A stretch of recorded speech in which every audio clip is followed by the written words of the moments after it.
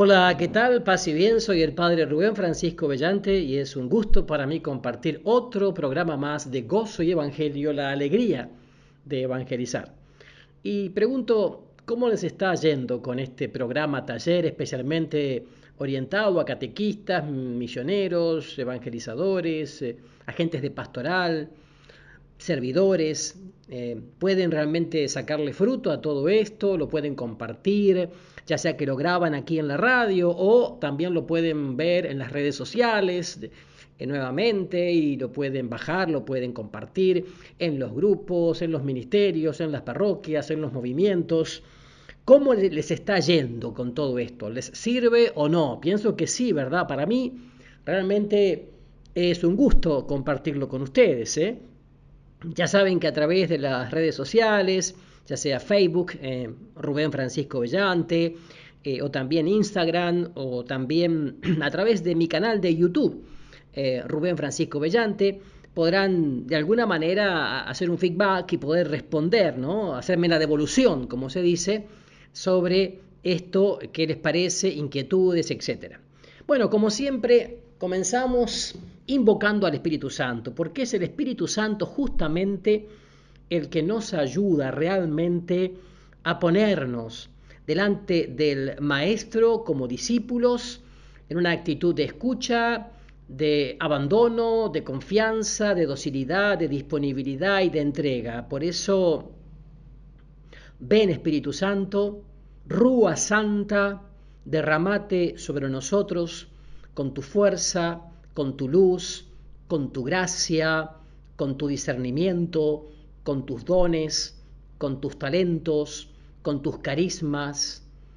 Ven Espíritu Santo para que todo surja de vos como de su fuente y tienda a vos como a su fin, al Padre y al Hijo como el fin de la Santísima Trinidad, que sea la gloria y la alabanza para la Santísima Trinidad, para el Dios uno y trino.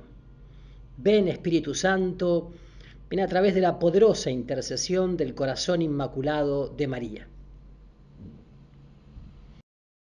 Bueno, y como les decía, en el último programa habíamos comenzado a charlar con ustedes sobre nuestra misión, ¿no? Jesús comparte su misión con nosotros, prolonga su misión en nosotros, nos llena de Espíritu Santo y nos da una gran comisión, como un imperativo, ¿no? Que es hacer discípulos, ¿se acuerdan? Nos equipa con carismas para dar mucho fruto y un fruto que permanezca. Y tuvimos el ejemplo de la vid y la higuera, ¿se acuerdan? Y hoy quisiéramos decir, en el contexto este del cual estamos hablando, la importancia de la calidad sobre la cantidad. Cuando Dios pide mucho fruto, no se está refiriendo primordialmente a la cantidad, sino a la calidad. Jesús escogió expresamente el ejemplo de la vid cuando se refería a que esperaba mucho fruto de nosotros, por la siguiente razón. Cuando un racimo de uvas está muy cargado, el viñador se acerca y corta algunas de ellas para que entonces las restantes tengan más espacio para crecer. Se sacrifica la cantidad en aras de la calidad. El racimo ideal no es el que tiene muchas uvas, al contrario, el que no pasa de 72, ¿verdad? Esto explica por qué Jesús afirmó: el que tenga fruto se le podará, Juan 15:2. Es decir, se le purificará para que no se engañe pensando que lo importante es tener fruto. No, lo esencial es tener buen fruto, es decir, fruto de calidad. Aplicándolo a nosotros significa que se ha de podar todo aquello que nos impida dar frutos de calidad. Se han de tomar opciones en el ministerio, eligiendo vías pastorales que hagan producir más fruto, aunque para esto se tengan que sacrificar otros proyectos que parecían buenos. Dar mucho fruto no se refiere entonces principalmente a la cantidad, sino a la calidad. Además, por sus frutos los reconocerán. El signo por el cual se identifica un árbol es el fruto que produce. Un árbol bueno no puede dar frutos malos, ni un árbol malo dar frutos buenos. Las ramas y el follaje son secundarios. Las flores son engañosas. Lo que importa son los frutos. Jesús no dijo que se nos identificaría por la asociación piadosa a la que perteneciéramos. Una cruz en el pecho, el rosario que rezamos, las promesas que hacemos o la teología que conocemos, sino por los frutos que diéramos. Sin duda que entre nosotros sobresale el fruto del amor. En el examen final de nuestra vida solamente se nos harán estas preguntas. ¿Me amaste en el abandonado? ¿Me serviste en el necesitado? ¿Me acogiste en el desamparado? Con razón Cristo Jesús dijo, en esto reconocerán que son mis discípulos, si se aman unos a los otros como yo los he amado. La piedra de toque que identifica a un discípulo de Jesús es el amor. Amar al que nos ama, al prójimo, al enemigo y al necesitado. No se nos juzgará por las apariencias, sino por el motivo de fondo, los frutos de justicia, bondad y bien. Y la estrategia, ya estamos llegando un poco a esto, la estrategia, una estrategia de acción. ¿Por qué? Ya sabemos el objetivo y las metas, pero es necesario adquirir herramientas que nos ayuden a cumplir nuestra misión. Ya sabemos qué hacer, pero ¿cómo llevarla a cabo? No pretendemos dar recetas ni caminos infalibles, simplemente ofrecer criterios pastorales. El Espíritu Santo revelará más específicamente la forma de realizarlo, tanto a cada uno como a cada comunidad. Nosotros presentamos pistas de acción, pero a cada comunidad le toca encontrar vías para instrumentalizar estos principios. De una sola cosa estamos seguros, no hay un solo camino. El Espíritu Santo es original y siempre sopla como quiere. Entonces, ser maestros, formadores de discípulos apóstoles. Es necesaria una jerarquía de valores pastorales con opciones preferenciales, aunque implica renunciar a muchos proyectos prometedores. La prioridad de nuestro ministerio debe ser hacer discípulos, verdaderos discípulos de Jesús que lleguen a ser apóstoles, instauradores del reino. Mientras no aterricemos en este campo de trabajo, será inútil todo lo demás. Hay que tomar la decisión pagando el precio necesario. Nuestra meta no se reduce a ser discípulos, sino a producirlos, lo cual implica necesariamente que nosotros lleguemos antes a ser maestros. Somos maestros no por la doctrina que transmitimos, sino si troquelamos nuevos discípulos. Además, formar maestros, formadores de discípulos.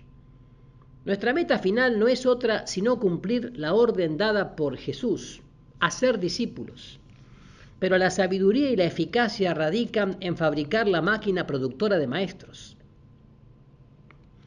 Jesús no solo produjo 72 discípulos, formó 12 maestros de discípulos como él.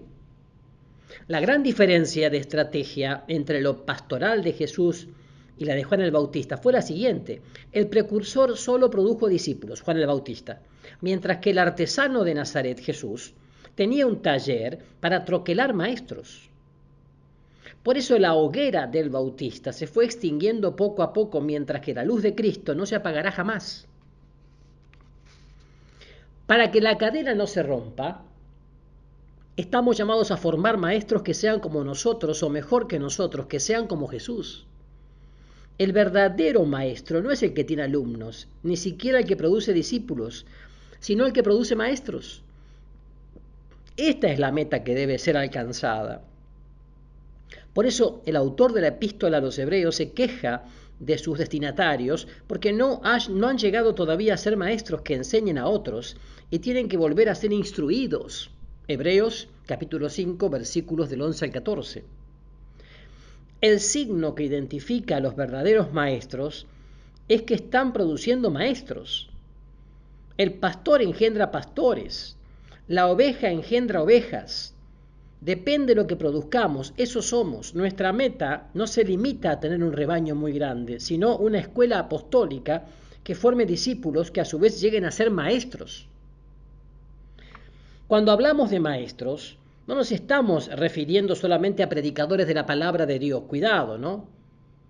Se trata de personas que a su vez sean capaces de formar discípulos de Jesús, aptos para los diferentes ministerios de la comunidad, evangelizadores que proclamen la buena nueva, maestros que enseñen la doctrina de la fe, pastores que conozcan a cada una de sus ovejas, acompañantes en la fe, hermanos mayores que sostengan la fe de los débiles, agentes de pastoral social, coordinadores de pequeñas comunidades, dirigentes de ministerio de música, etcétera, etcétera. Desgraciadamente existen algunos dirigentes que en vez de formar a otros, tratan de que nadie más sirva. Esto es así.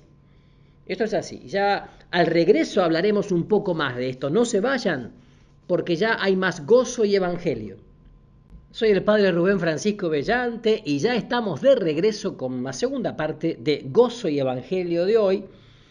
Y decíamos que desgraciadamente existen algunos dirigentes que en vez de formar a otros tratan de que nadie más sirva. Y también quiero decir otra cosa, antes de pasar a clasificar a estos tres tipos de personas. Quiero decir que muchos creen que ser discípulo o formar discípulos y maestros es antes que nada y únicamente ser predicador.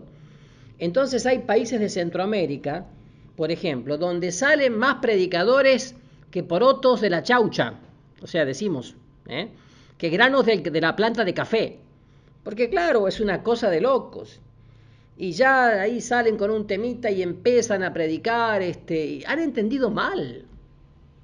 Porque a ver, ya lo dije, no solamente predicadores que vayan por las comunidades o sobre todo por los países, no se trata de eso.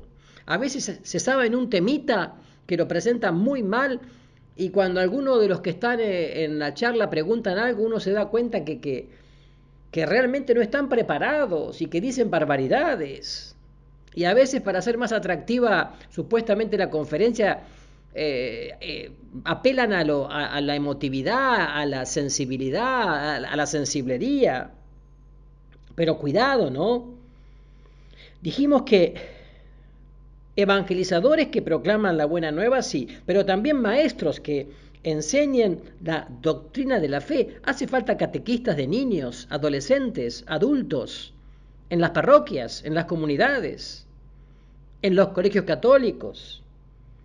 Pastores que conozcan a cada una de sus ovejas, como coordinador, ya sea de catequesis, o de evangelizadores, o de misioneros. Necesitamos invertir tiempo en conocer a cada uno de los miembros del grupo.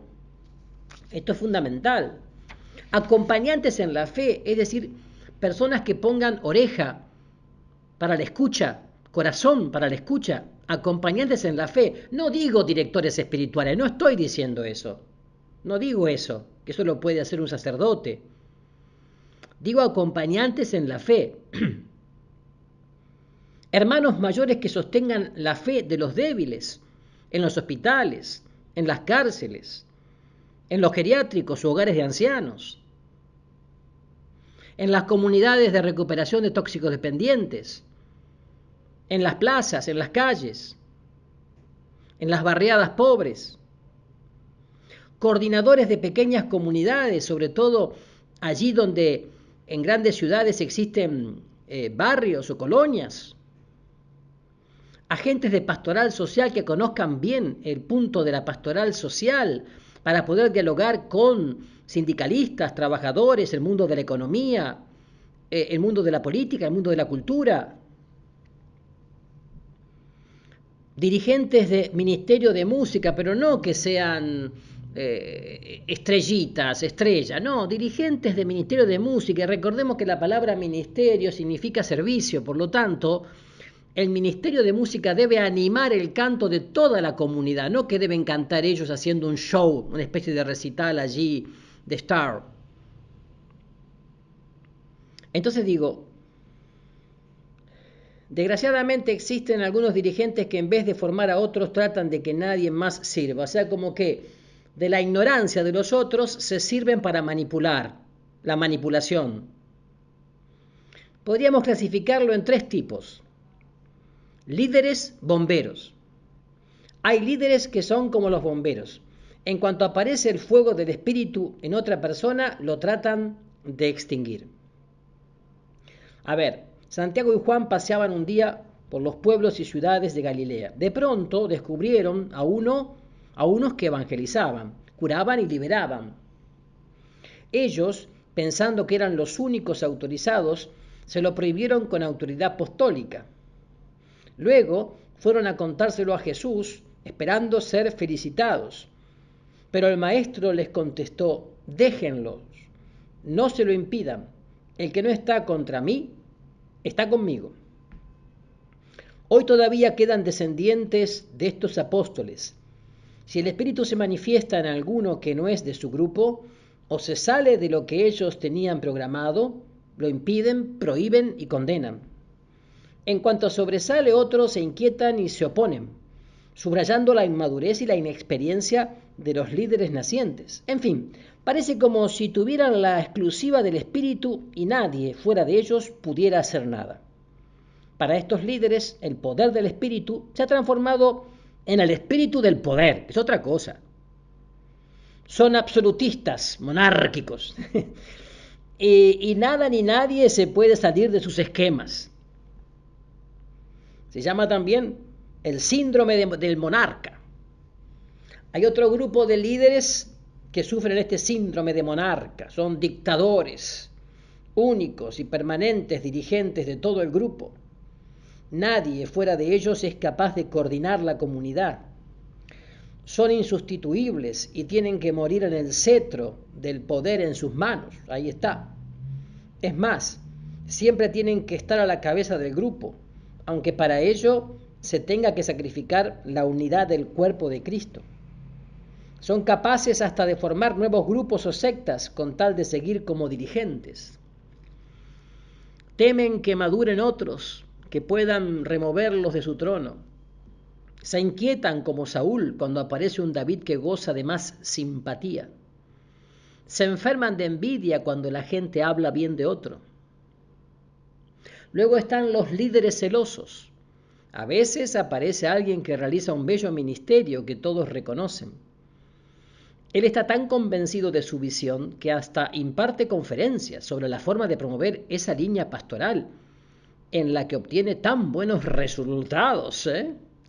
Sin embargo, basta con que surjan otros trabajando en el mismo campo para que se ponga celoso y sospeche de ellos. Quisiera ser el único con éxito en ese camino pastoral. Quisiera tener la gloria de ser el único que glorifica a Dios. Imagínense. El único método para asegurar que la cadena no se rompa y se continúe la obra de Dios que Él nos ha encomendado es formando formadores. Aunque ya le dije que la palabra formar no me gusta mucho, pero para que nos entendamos. La eficiencia no se mide por lo que hacemos, sino por lo que logramos que otros hagan. La única vía de multiplicarnos es justamente formando otros que a su vez capaciten a más como discípulos de Jesús. No basta que seamos discípulos, no es suficiente que produzcamos discípulos, es necesario capacitar maestros. No basta sumar nuestras fuerzas, hay que multiplicarlas. ¿Cómo? Formando maestros que enseñen a otros a llegar a ser maestros a su vez. San Pablo, el gran formador de dirigentes, le recomendaba a su discípulo Timoteo que formara a otros capaces de continuar la obra. Leemos en 2 Timoteo 2:2, ¿no? Cuanto me has oído en presencia de muchos, confíalo a hombres fieles que sean capaces a su vez de instruir a otros. 2 Timoteo 2:2. Así es. Otra cosa importante para no desesperarse es comenzar con lo que tenemos. Claro, porque lo más importante de todo es comenzar. Algunos quisieran tener previamente toda la infraestructura para dar el primer paso, y es al contrario. Caminando se hace el camino. En la ruta se aprende a marchar. El paso más difícil es lanzarse al agua. Lo demás siempre viene por añadidura. Si no comenzamos, jamás tendremos la estructura. Cuando Pedro caminaba sobre el mar, su valor no consistía en los pasos que daba por las agitadas aguas, sino en el haber saltado de la barca. Tenemos que dejar la barca de nuestras seguridades y estructuras. El Señor ilumina solo el paso que estamos dando, pues su palabra es lámpara para nuestros pasos, no reflector para toda la carretera. El Señor nos revela el siguiente paso solo hasta que hayamos dado el anterior. Él nos promete el pan de cada día, mas no la panadería. Él jamás nos dará el mapa de todo el itinerario, porque Él bien sabe que nos quedaríamos mirando el mapa en vez de verlo a Él. Y otra cosa importante es invertir a largo plazo. El éxito del pueblo japonés es que no le interesan los éxitos inmediatos, prefiere resultados definitivos más que triunfos transitorios, por eso siempre invierte a largo plazo. Los mejores intereses se obtienen en las inversiones a largo plazo. Esto significa que no hemos de buscar los éxitos aparentes. El mejor vino es el añejo y los mejores frutos nunca son los inmediatos. Ahí está. El mejor café, dicen, no, y es así, ¿verdad? No es el instantáneo, sino el que se elabora cuidadosamente con el rito tradicional. Los mejores frutos no son los acelerados por nuestra mentalidad pragmática que le gusta apretar un botón para obtener soluciones inmediatas. La mejor inversión es la que un padre hace todos los días con su hijo, aconsejándolo, acompañándolo, instruyéndolo, etc. Inversión a largo plazo es formar discípulos con la confianza del labrador de que tarde o temprano aparecerán los frutos. La perfecta inversión consiste en producir maestros que a su vez formen otros maestros. Enseguida estamos de regreso con la tercera parte de Gozo y Evangelio de hoy. No se vayan. Ya estamos de regreso con la tercera parte de Gozo y Evangelio de hoy, donde estamos viendo, como ustedes saben, el tema de la misión, nuestra misión. Y habíamos comenzado a hablar de una cosa que es muy importante, que tiene que ver con la estrategia, ¿no? Y un punto que es fundamental a la hora de la estrategia para actuar, ¿no? Es el sabio equilibrio entre doctrina y experiencia. Un discípulo necesita a la vez la herramienta de la formación y de la experiencia. Si solo tiene datos teóricos, será como una fría estatua. Pero si carece de conocimientos, su experiencia puede desbarrancarse al abismo del subjetivismo. Es necesario entonces ubicarse en el cruce de las coordenadas de la doctrina y la vivencia para lograr un sano equilibrio. Así como una persona necesita un marco adecuado, el discípulo maestro precisa un marco de referencia de sana doctrina. El que guía a otros por las alturas de la vida del espíritu no puede aventurarse por caminos inéditos ni hacer expediciones riesgosas, sino continuar por la ruta segura de los que nos han precedido por el camino de la fe. La sola doctrina tampoco basta. Sería como un maravilloso marco sin pintura dentro. La teoría debe ir acompañada de la práctica. Por tanto, no se debe despreciar ninguno de estos dos aspectos. Al contrario, tanto más se acentúe cualquiera de ellos, más énfasis habrá que poner en el otro. Un carismático sin ciencia es tan peligroso como un teólogo racionalista. También tiene que haber una estructura permeable al espíritu y abierta al cambio. Cuando un sistema pastoral da buenos resultados, es importante reconocer que ha sido fructífero, no por sí mismo, sino por haber sido canal del espíritu. Por tanto, todo sistema debe permanecer abierto al cambio. Seremos enseñados a medida que avancemos. Las estructuras se anquilosan en la proporción que nos detenemos. La esencia de la estructura, por tanto, no es ser fija ni absoluta. El mismo espíritu que se sirvió de un medio se puede servir de otro diferente. Esto cuesta trabajo aceptarlo, sobre todo si se habla de una estructura que ha comprobado su eficacia. Pedro no quería comer los animales que Dios le presentaba en el lienzo venido del cielo, porque él estaba aferrado a su vieja estructura. Su tradición le impedía abrirse a lo nuevo. Sin embargo, el mismo Dios que le había ordenado no comer ciertos animales, ahora le mandaba a hacerlo.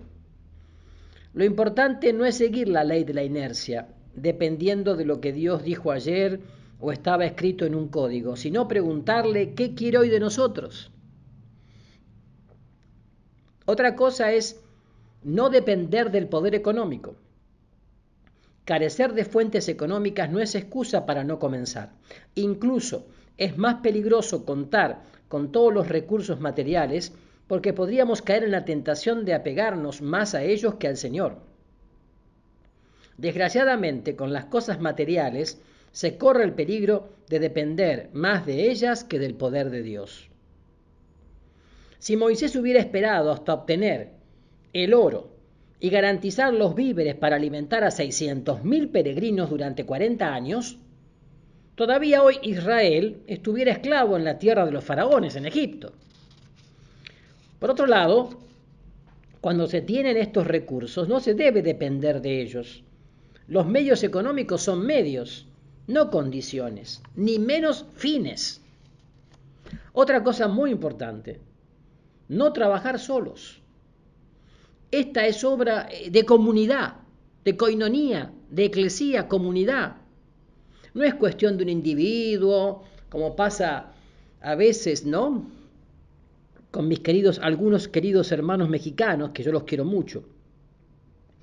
Pero tienen algunos ministerios en Estados Unidos y todos más o menos siguen la línea de Porfirio Díaz, cuando no de Maximiliano de Austria, o cuando no de Benito Juárez. Y porque son todos así medio monárquicos, ¿no? Entonces tienen allí a un señor, ¿no? Que es como, así como si fuera una especie de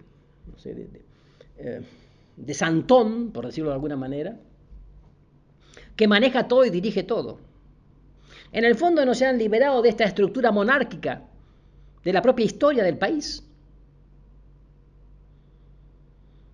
No se sienten parte, sino que todo depende de la inspiración del fulano, que además maneja todo. Que pudo haber sido, no digo, el fundador de un ministerio, pero no por eso tiene que ser el dictador del ministerio. O la única cara visible. O sea, Pedro tenía un equipo de colaboradores, ancianos en la fe, con los que compartía su vida y su ministerio. Marcos y Silvano formaban parte de su equipo de trabajo. Se trata de formar una comunidad de pastores donde cada quien aporte su propio carisma para el bien de todo el cuerpo. Pablo siempre compartía con otros su ministerio. Al principio con Bernabé y Marcos, después con Silas, Timoteo y Lucas. Tenía colaboradores cercanos como Tito y Epafras. La única vez que predicó solo fracasó rotundamente en el Areópago ateniense. Se necesita una comunidad de pastores con los cuales se comparta más la vida que el apostolado. Con quienes trabajamos se llama equipo de trabajo, pero con quienes compartimos se denomina comunidad. Todo líder o pastor debe tener una comunidad de pastores, donde comparta sus dichas, triunfos y fracasos, al mismo nivel. Formar comunidad de discípulos. Los discípulos se forman en la escuela de la comunidad junto con otros.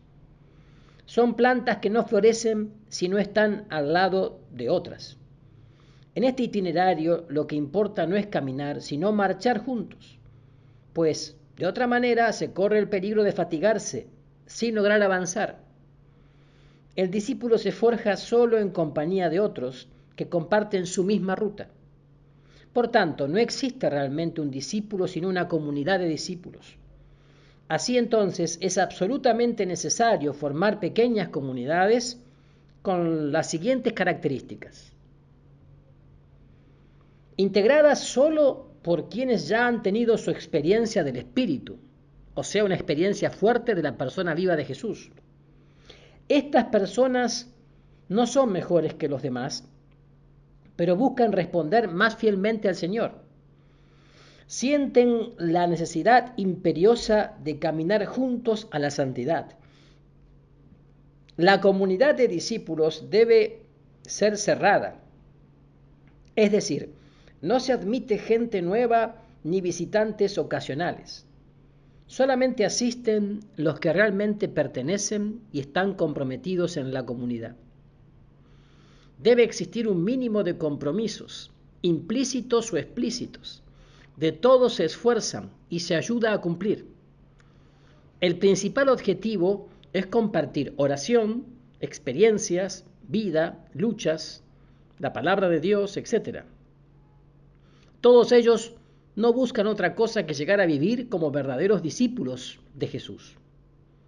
Existe la mutua ayuda y la corrección fraterna para dar todos juntos una sola respuesta al Señor. Son responsables unos de los otros. El punto fundamental de una comunidad no es la estructura, estatutos o reglamentos, sino la espiritualidad que la anima, que llega a ser como el motor de toda su vida. La espiritualidad, en este caso, el discipulado, es lo que determina la comunidad.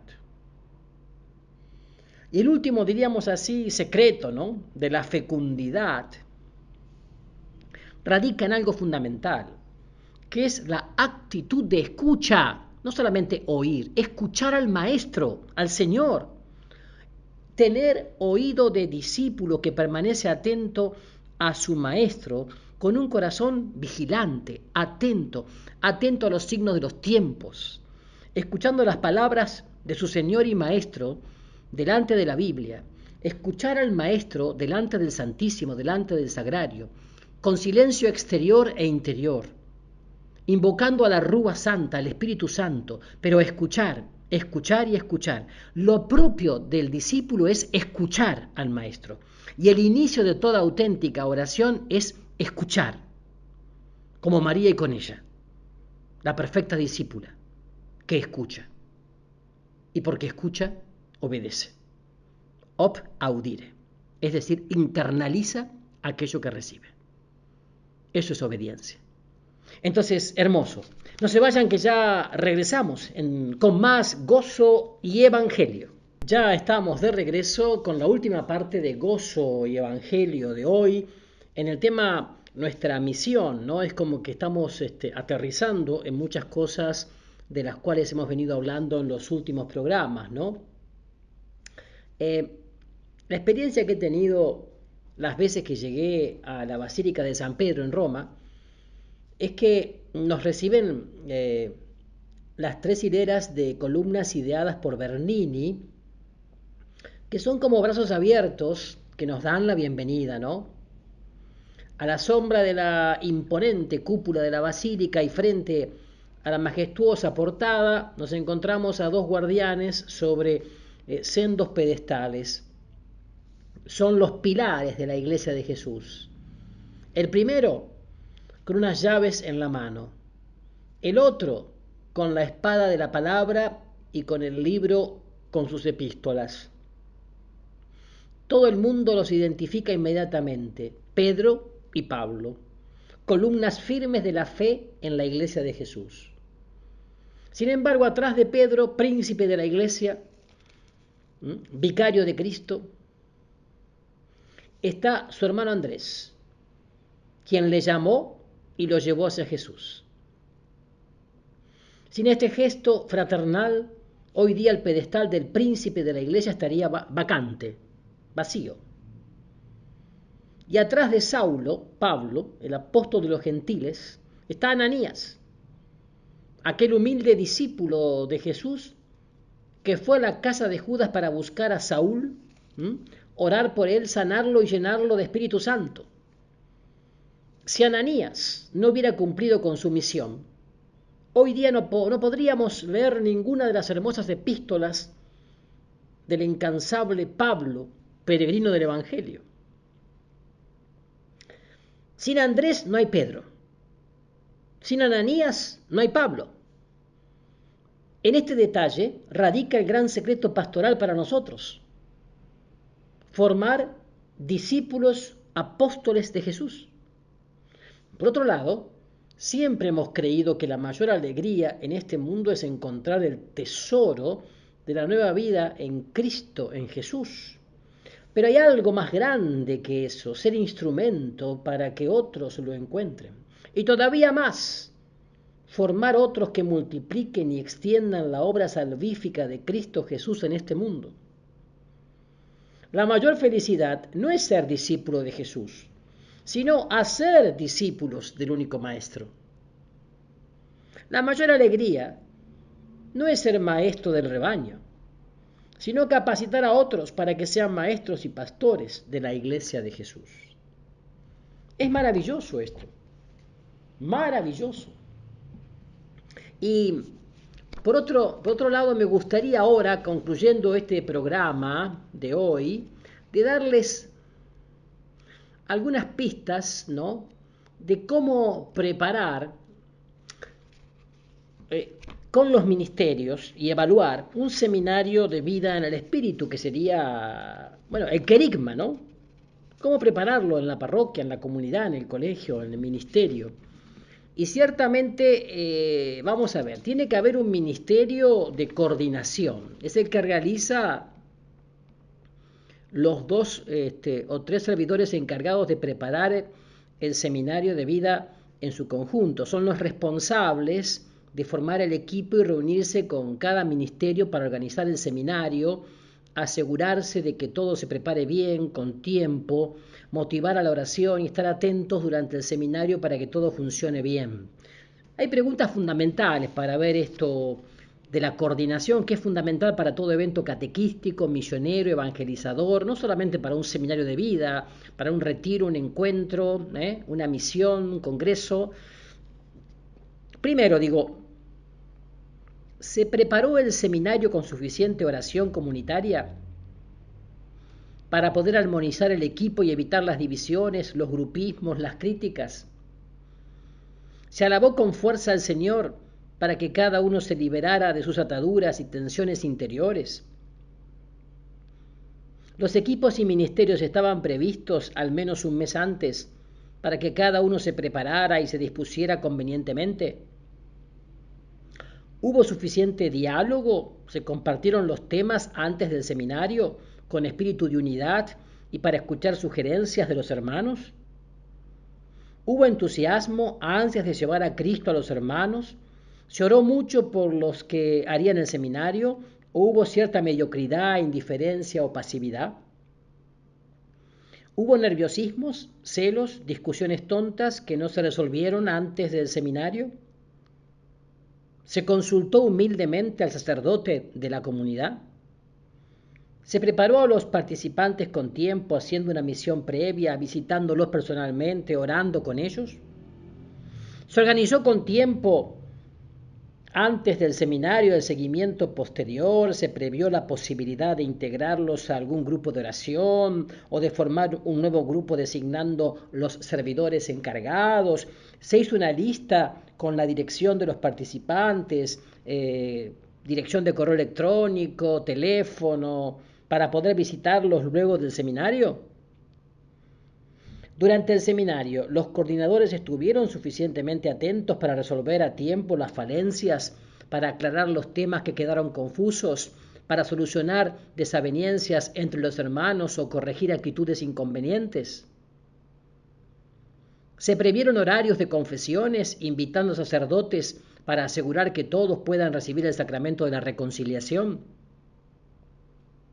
Se previó bien el número de gente y de servidores por taller y el lugar de reunión. Esto es fundamental. El otro ministerio importante es el ministerio hostiario, o sea, de acogida y servicios afines.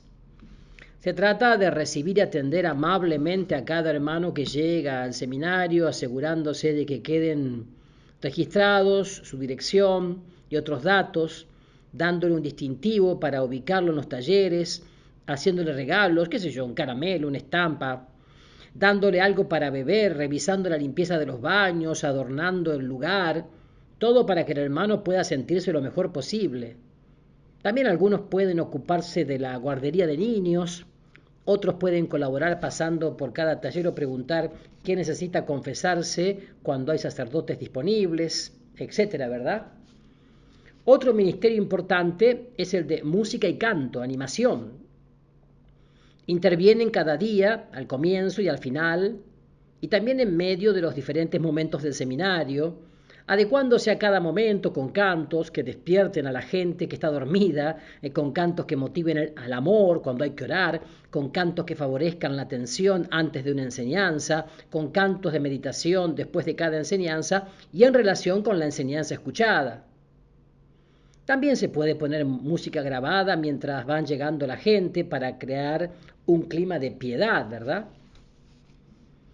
También es muy importante el ministerio de intercesión. La intercesión puede ser un acto inmensamente valioso y meritorio a los ojos del Señor, porque es al mismo tiempo un encuentro con el Señor en la oración y un acto de amor a los hermanos. O sea, orar y orar, intercediendo mientras se da el seminario de vida o el congreso o el retiro o el taller.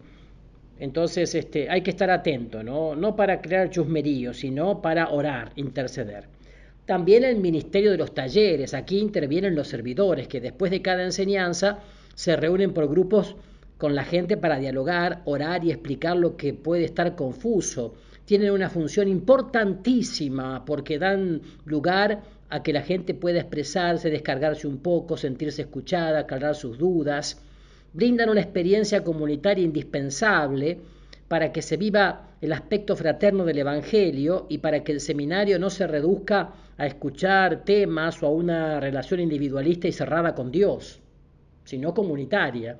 Es muy importante destacar que el diálogo debe relacionarse lo más posible con la enseñanza dada anteriormente, para aclarar las dudas o los cuestionamientos que surgen en cada uno con respecto a ese tema y para orar sobre ese tema. Así que no hay que hablar de bueyes perdidos. Así se logra que cada día produzca el impacto que debe producir. Si se tocan muchos temas se divaga demasiado y nada se afirma bien. Bueno, esto es muy importante. Otra cosa es la enseñanza, ¿no? Esto es muy importante, la enseñanza. Conviene destacar que la enseñanza tiene más fuerza cuando se sabe bien de qué se está hablando, es decir, cuando se toca un solo tema y no se dice de todo un poco, cuando todo lo que se dice apunta a lo mismo.